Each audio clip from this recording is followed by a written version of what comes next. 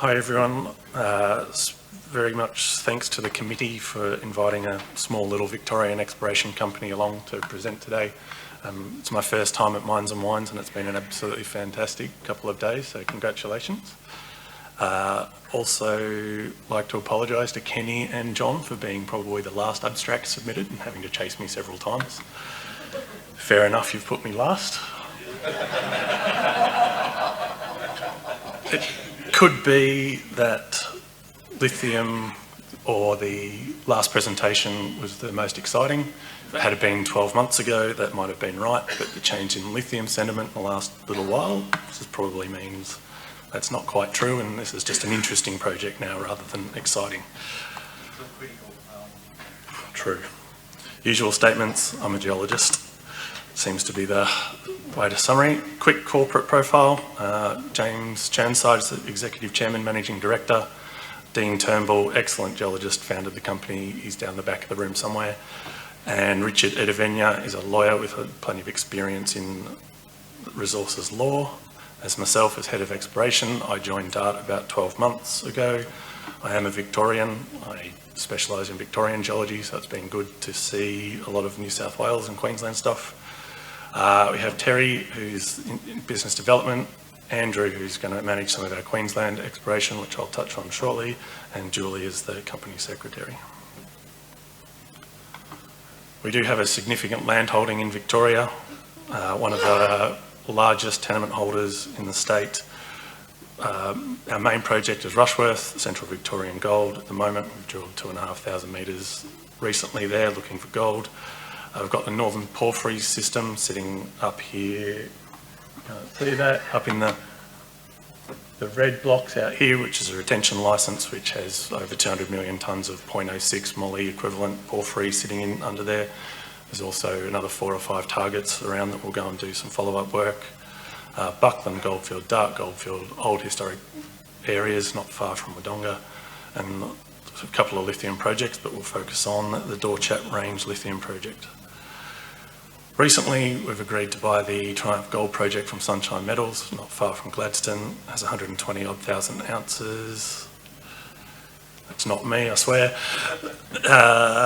Just sort of up near Gladstone, so I've got to learn a lot about intrusive related systems in Queensland, and we'll do some resource updates and some extensional drilling coming soon.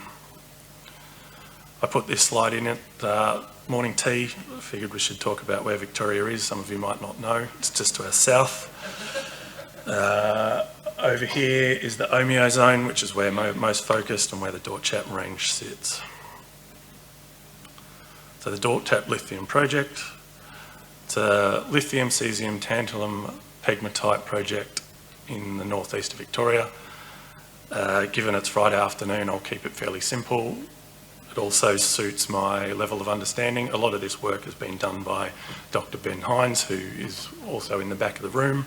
He was the previous exploration manager, so he's written a fantastic paper on the Dorchat, if you want to go and look it up. He's also done a recent presentation at the AIG in Brisbane that summarises the difference between Queensland pegmatites and the Dorchat Range. Basically, there are pegmatites intruding into surrounding host rocks. They're formed from melting of mica schists derived from S-type granites, and they have a zonation trend broadly concentric around their intrusions. So the proximal pegmatites are least evolved, and the more further you move away, you're getting a greatest fractionation, and they're the lithium pegmatites we're interested in. However, the fractionation trend allows whole rock geochemistry to be used as pathfinder elements and guide the ongoing exploration efforts.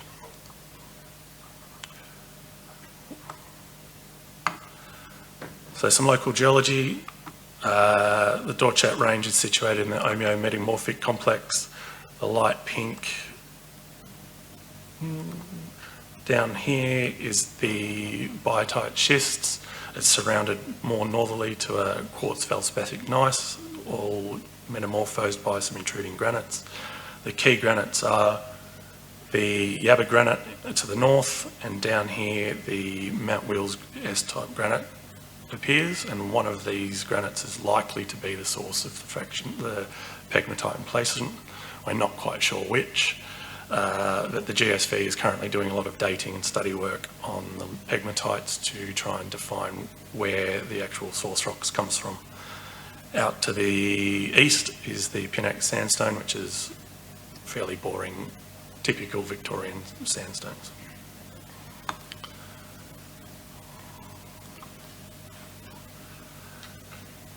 During 2016, 826 samples were taken from over 800 dike outcrops across the project. They defined a really good initial geochemical footprint and identified their key fractionation zone. It's highlighted by diminished elemental ratios, and it really highlights the prospectivity of the Dortchap range. In particular, the potassium-rubidium ratio really highlights the key zones of lithium fertile pegmatites within the right zone. There's some pretty images on the right. I should zoom in a second if I go to the next slide, which the one on the left there is the key ratio. You can see the larger circles are higher ratios and they surround the fractionation zone sitting in the middle, and that has the better grades in the lithium results. So you can see it's really focused in on our exploration potential on that central corridor and down to the south. Also really helpful was a LiDAR survey. The high country is absolutely rugged. I don't know how Dean and Ben took 800 samples. It's absolute mountain goat country, so they are clearly very fit young men. Dean's probably not quite as young, but you know, he's still fitter than I am because I would have died. The LiDAR survey really identifies the outcropping dikes. You can see there in the middle, the pegmatites don't weather quite as much as the surrounding schists, and they stand out really, really well. And that allowed a lot of further ongoing sampling, which we completed in 2021 and 2023-24. A couple of examples there, zoomed in on the project, and you can see it is absolutely dense bush with 30 to 40 degree slopes. In 2019, there was a small roadside RC program completed, targeted 2 dikes, the Holloway Road Dike and the Eagle Dike. The best results was 20 metres at 0.03% lithium oxide. Not particularly exciting, but there was a real difficulty in the country to get access, and we have to use low impact exploration restrictions. You can't do a hell of a lot of disturbance in Victoria without work plans, and they can take a very long time. I'll touch on that in a little bit.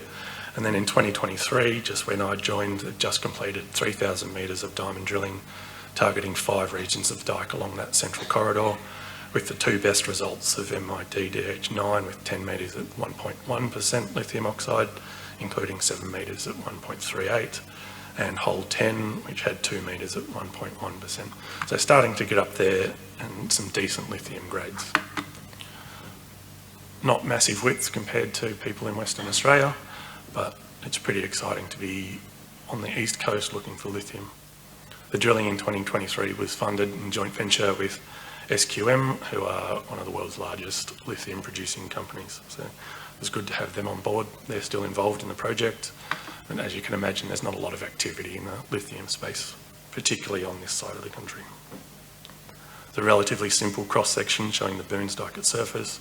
It was sampled on surface, we'll have a look at that in a second, showing the intersection depth quite a long way from a fairly shallow drill hole below surface, and we believe it's continuous. There is a couple of intersections there, so the dike splits and moves around just a little bit.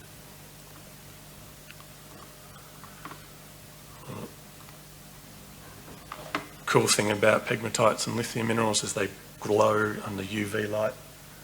There's a couple of different textures in the drill core. If you can see that, there's a real myelinitic shear texture and some fairly large megacrystic crystals.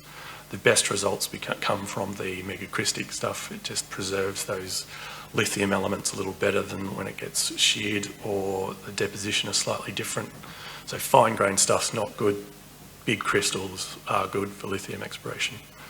We're not quite sure if it's a deposition texture or later shearing of the pegmatites, whether that is destroying the lithium minerals and releasing them from the system. Some of the drilling at Eagle Dyke does have an exhalative halo of elevated lithium grade, so we're doing a lot of work on that with help with the GSB.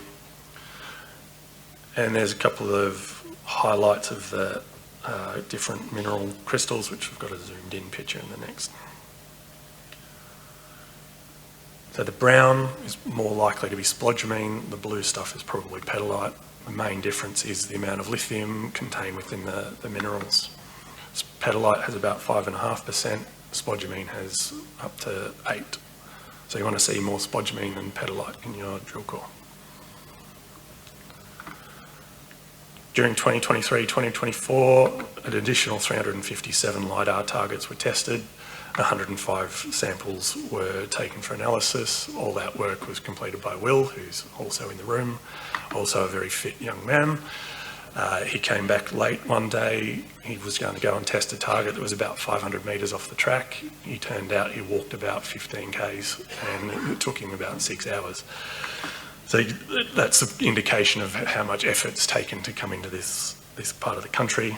But again, that LiDAR has really highlighted the targeting and exploration. You can see down here, that is the initial outcrop in Boones Dyke. That was where we drill tested and we've got samples there. You can faintly see some more lines sitting in there, and then there's some couple of other little bits up to the north. And they're all outcropping pegmatite dikes that have been tested. The big red line is the flat track. So this is a ruggedness index processing of a LiDAR data where the change in slope is really highlighted by the different colours. So we use this to go and target potential pegmatite outcrops. So you can see there's a bit of a disconnect between the number of samples the guys went and tested and the targets they went and looked at.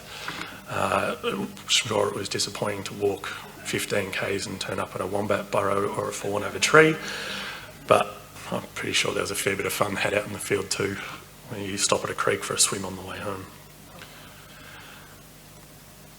So there's the mapped dike outlines and the drill holes, so you can see hole 9 and 10 sitting down here in the true Boones Dyke. Some small outcrops of the same dike, but they do pinch and swell rather significantly, and then the extension across the northern extension, approximately 1.2 k's of strike length along the Boones Dyke. There's some results, 5 metres or so of rock chipping at 1.3%, 5 metres at 2%, and another 2 metres at 2.4%, all from up in the north. You've lost the pointer again, hang on. All from up in this northern extension, and they'll be the best results from rock chips within the project, other than maybe the Gosport, which we'll touch on in a second. Overall, the sampling is really highlighting a central trend of lithium fertility sitting along the middle of the project. So down here is Eagle Dyke, that's the Gosport region in the middle, and then we've got the Boones North project up in the top.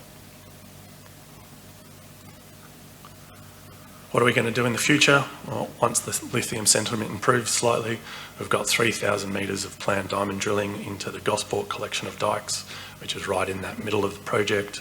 It's a central zone within the prospectivity corridor and has excellent rock chips from surface, and a high number of dike outcrops within a more local space, which is key. We need to find an area with some tonnage to get close to making something economic on this side of the country. So far we've just found narrow things, but there's hope within this area and hope at depth where the structures could potentially blow out, because they do pinch and swell significantly. We have a work plan application submitted to the government for a 2-kilometre access track. It will impact about 70 large trees and disturb 0.7 general habitat units, and we need to offset those, and that costs about $800,000 worth of offsets before you even start your project. Luckily, James, the MD, made a good decision a few years ago to invest and set up our own offset capabilities, so we can do that at no cost. Otherwise, I don't know how many people would spend $800,000 before you started your project to drill 3,000 metres for something that may or may not be successful. There's the track. There's an existing track running along the valley, and then it goes up approximately 1 in 10 gradient up through the valley to get up here to the optimal drill spots to go and drill the black holes to test the Gosport dikes. Potential to follow up some extra work at the Boons North using low impact exploration, so from the existing track, 3,500 metres planned over 6 holes, relatively long holes, shallow holes, because that's where we can get to, and we're pretty keen to test under the best results from that Boons North and then follow up from the success of holes 9 and 10. Again, low impact, existing track, 6 long, shallow holes. There's some field images. Operating up in the mountains was pretty cold in the middle of winter when they tried to draw these things. DART's a bit of a unique company. We have a lot of equipment and infrastructure, a couple of field camps, lots of old army equipment and all sorts of fun things to go and play with. We do also own our own drill rig, which if you had have asked me before I joined DART if I ever wanted to manage my own drill rig, I probably would have laughed at you.